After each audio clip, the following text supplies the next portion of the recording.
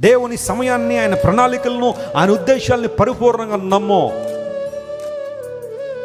నీ ఊహలకు మించి కూడా దేవుడు అద్భుతం చేస్తారు. దేవుడు నామమునకు స్తోత్రం కలుగును గాక. ఆశ్చర్యకార్యం జరిగించే దేవుడు ఆయన. అబ్రహాము దేవుని నమ్మాడు, అది అతనికి ఎలా ఎంచబడింది?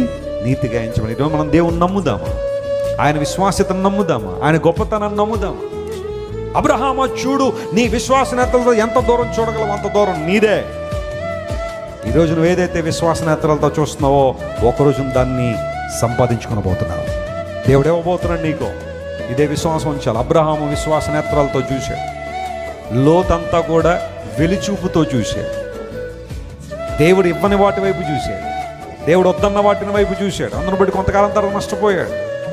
అబ్రహాము చూపు, ప్రభువా నువ్వు ఏది ఇస్తే అది నాకు మంచిది, ప్రభువా నీవు అనుగ్రహించేది నాకెప్పుడు శ్రేష్టమైందే, నువ్వు ఇవ్వనది నాకెప్పుడు వద్దో. హల్లెలూయా.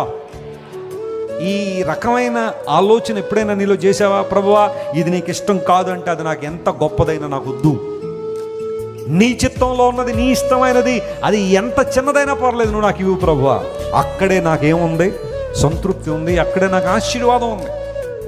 నా నమ్మిక అదే.